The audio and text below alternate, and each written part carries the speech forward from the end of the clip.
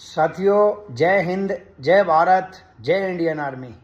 आज का मेरा ये वीडियो जो रात को हमारी सेना ने दुश्मन देश के अंदर बैठे आतंकी गतिविधियों में शामिल होने वाले लोगों को और आतंकवादी आकाओं को जो देश के अंदर घुस के मुंह तोड़ जवाब दिया है, उसके लिए है। ना केवल हमारी भारतीय सेना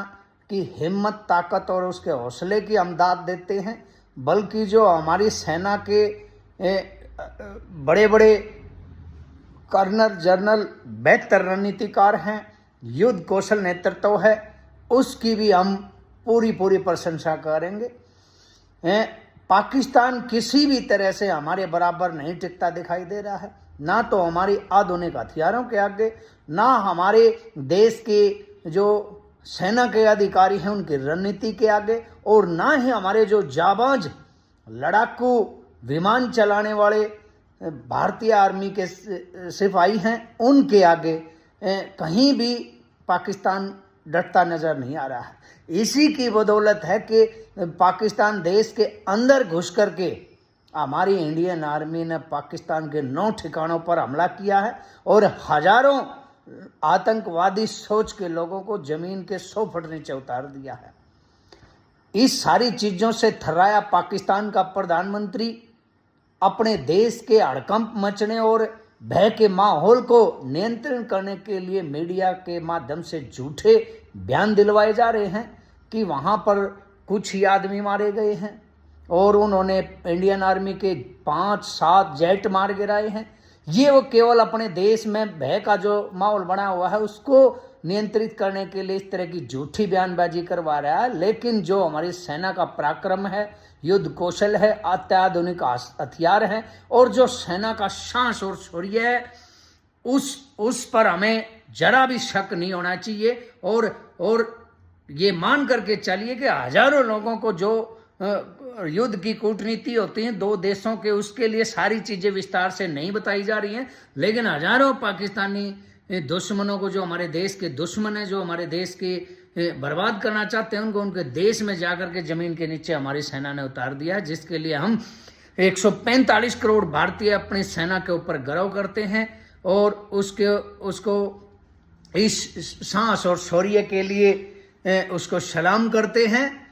और भगवान से प्रार्थना भी सभी देशवासी करें कि हमारी सेना का हर एक जवान स्वस्थ रहे, सुरक्षित रहे और ऐसे ही साहस, शौर्य और पराक्रम अपने देश पर जब भी कोई दुश्मन आंख दिखाए तो ऐसे ही दिखाने के लिए वो उन दुश्मनों का काल बनकर उनके ऊपर टूट पड़े। तो मैं सभी भारतीयों से, अपने भाइयों से ये कहता हूं कि आज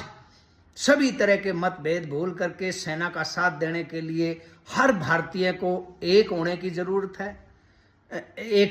किसी भी तरह की कोई नकारात्मक टिप्पणी ना करें,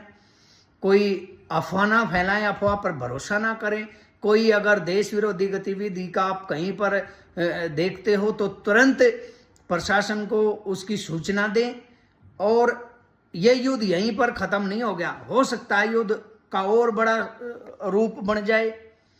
वैसे तो पाकिस्तान की औकात नहीं है, बोलने के लायक भी नहीं रहा है, उसके घर में जाकर के उसके मुंह में मिसाइल घुसेड़ दी और वो बोलने तक के काबिल नहीं है। लेकिन अगर कोई और दुश्मन उसको साथ दे करके उकसाने और भड़काने का काम करेगा तो युद्ध और भी बड़ा हो सकता है। तो आप सब लोग शांति बनाए रखें और हर तरह से जो गाइडलाइन आती है उसको फॉलो करें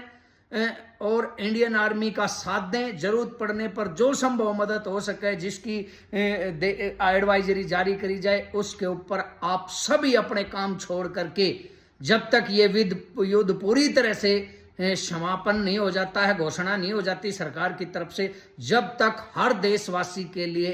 कोई भी जरूरी काम नहीं है इस सेना के और इस देश की युद्ध में सहयोग समर्थन करने से बड़ा कोई जरूरी काम नहीं है। तो आप जो भी हमारी